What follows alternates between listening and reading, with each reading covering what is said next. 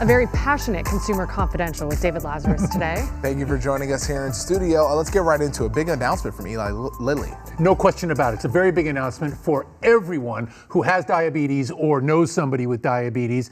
Now, let's put some context in this.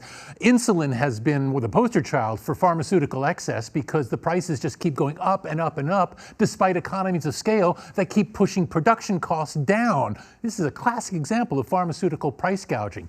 Today, Eli Lilly, one of the three big drug companies that controls the insulin market, announced that it was cutting the prices for some of its insulin products by 70%. That's a very big deal. It also said it will cap copays at $35 and lower the cost of its generic version of the insulin, which comes at a cheaper price anyway. So make no mistake, this is a good thing. A vial of Humalog, which is Lilly's key insulin, retails for about $300 before insurance kicks in. In my case, a vial will last about 3 weeks or so. So let's give credit where credit's due. Lilly has done the right thing here, but this only after years of pressure from advocates, lawmakers, and others saying this is outrageous how much you are charging for a life-saving drug. Moreover, and this is the key thing here, Lilly is not going to lose money after cutting the price by 70%. What does that tell us? It tells us that prior to this price cut, the drug was overpriced by about 70%.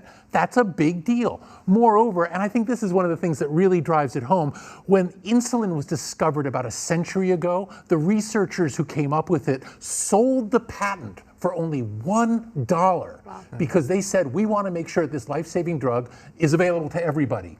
Then the drug companies got their hands on it, and we've seen these huge increases. Humalog prices up by an inflation-adjusted 600% since 1996. Extraordinary numbers. And are stockholders happy about this? Are they watching closely? Oh, absolutely, they'll watch closely. The thing about the share prices when it comes to pharmaceuticals is you want the high prices, to be sure, but you don't want the bad PR. Insulin has become the poster child for pharmaceutical excess, and I think a lot of shareholders in the big drug companies that control the insulin market, I think they'd be relieved to not be in the crosshairs anymore. Yeah, it's important stuff. Now, let's talk about this one airline that's trying to make boarding faster. And we're talking about Southwest Airlines, and they are no slouch when it comes to getting people on and off planes quickly. It's Southwest, for goodness sakes, but it's not fast enough. So now Southwest is applying itself to speeding up the process. A Southwest airline is typically at the gate now for an average 40 minutes before it goes up into the air again. That's what's known as the turn in aviation circles. Southwest wants to shave at least 5 minutes off that 40 minutes to not just improve the turn, but also get more flights out of each aircraft on a daily basis, which is obviously better for business. But how do you do this? Well, what Southwest is experimenting with is more signage and more notices to tell people, here's how we're going to do it, here's when you're going to board, and moreover, you can pick any seat. There's no assigned seating, so go for it, folks. They'll probably pull that off. I think the real problem when it comes to airlines is the bottleneck comes with baggage. And getting those wheelies into the overhead bins, that's the big problem. Make no mistake about it.